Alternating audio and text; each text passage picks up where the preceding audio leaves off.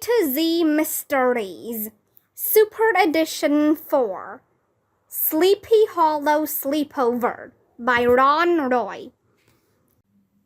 Chapter 2. Licking their ice cream cones, the kids walked to the edge of town.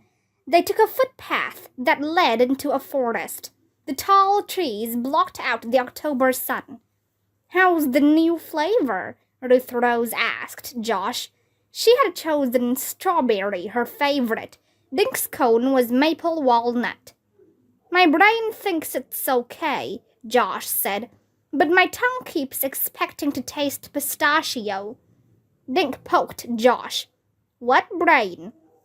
Josh poked him back. "The brain that's going to whip you in Monopoly tonight," he said.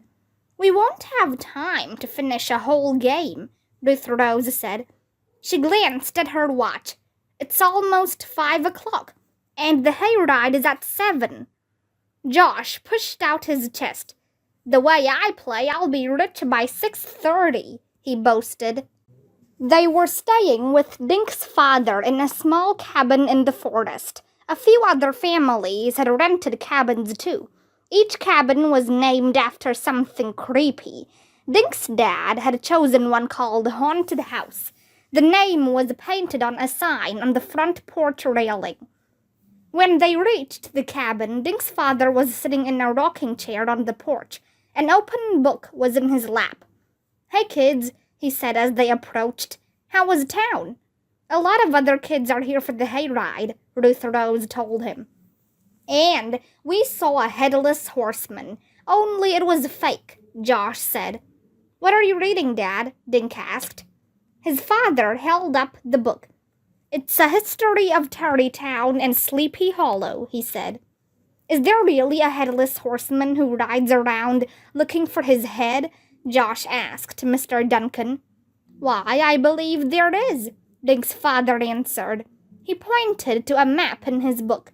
"This is the area we're in right now. According to legend, this is where the original headless horseman scared Ichabod Crane out of town." "Oh, Mr. Duncan, you're messing with me, right?" Josh asked. Dink's father grinned. "Would I tease you, Josh?" he asked. "Come on," Dink said. "If we're going to play Monopoly, we should get started." "You kids hungry?" Dink's father asked. "Oh, never mind. I see ice cream on your lips." "Yeah, Josh whined until we bought him some," Dink said. Inside the cabin, Dink went toward a small chest under a window. Painted on its side was the word "Games." He opened the chest, and a skeleton popped up. "Oh my gosh!" Dink yelled, jumping back. Josh and Ruth Rose laughed. They ran around the cabin, pulling open drawers and peeking inside cupboards and closets. They found a witch in a closet, a bunch of fake bats in a drawer, and a goblin in the bathroom.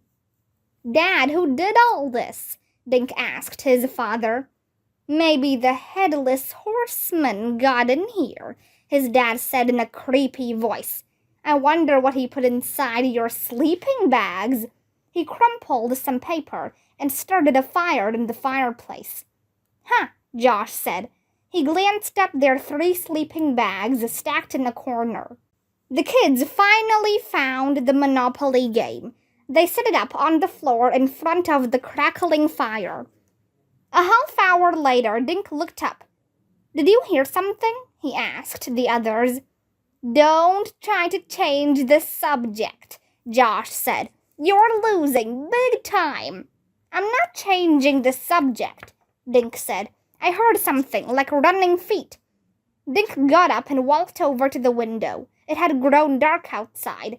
He saw his reflection in the glass and the flickering flames of the fire behind him. He heard it again, a thudding noise. Then he saw a light among the dark trees. "Guys, come here," he said. Dink's father, Josh, and Ruth Rose joined him at the window. "What is it, son?" Dink's father asked. "I saw a light," Dink whispered. "It was moving through the trees." "If you're messing around, Josh started to say. Then he gasped. A horse raced out of the trees, past the cabin window. A rider carrying a jack-o'-lantern sat on the horse's back. The horse stopped, and the rider held the jack-o'-lantern high in the air. "What on earth is anyone doing riding around in the dark?" Dink's father asked. Dink noticed the flowing cloak, just like on the rider he'd seen in the bank window. Only this one wasn't fake. This was a real man and a real horse. Then Dink looked above the man's shoulders. There was nothing there. "I think he's looking for his head," Dink whispered. "It's the headless horseman!" Ruth Rose screamed in Josh's ear. "Lock the door!" Josh wailed. "No way," Ruth Rose said. She grabbed her cell phone. "I'm getting a picture of this." "I'll go with you," Dink said. "Coming, Josh?" "Not for $1,000,000, Josh said.